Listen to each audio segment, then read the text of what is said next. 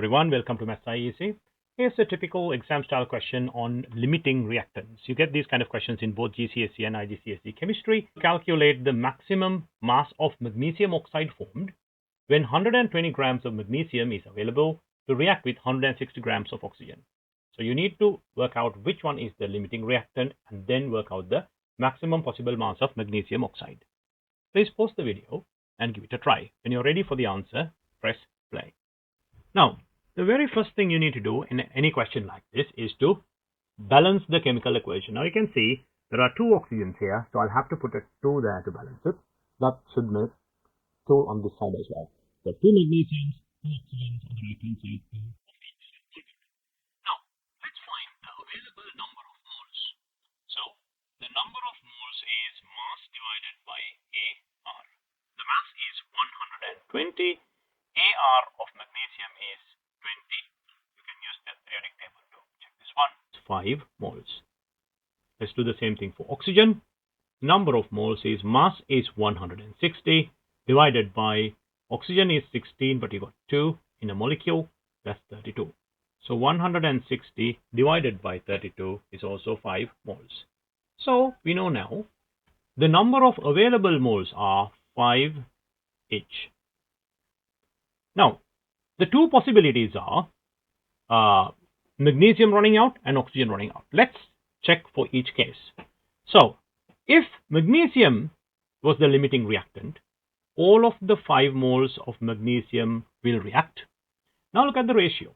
The ratio of magnesium to oxygen is 2:1. Whatever the magnesium moles, we only need half as many oxygen, which means you got 5 here. You only need 2.5 moles. Now, can that be achieved? Of course, because you got 5 moles of oxygen and is magnesium. Now, in this example, in this question, when you check for the first possibility, it worked. So you don't really need to go to the second one and you can take it from here. But let's just double check this.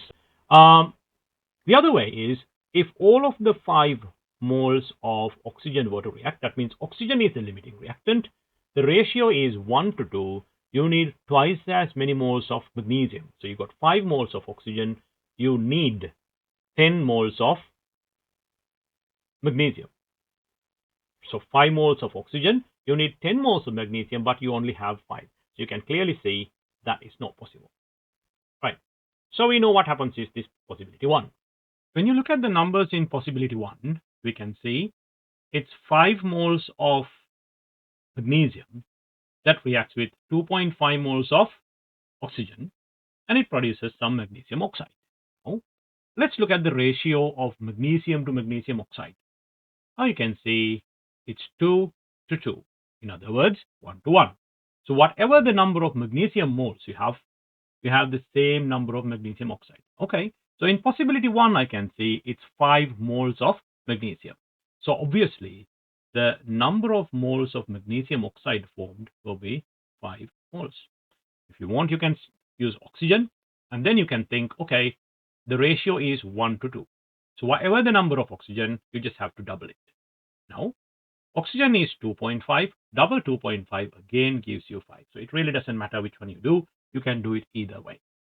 So you get 5 moles of magnesium oxide. The number of moles is mass over MR. Now I know MR of magnesium oxide. Magnesium is 24, oxygen is 16, so that's 40. N is equal to M over MR. 5 is equal to mass divided by 40. 40 times 5, the final answer is 200 grams.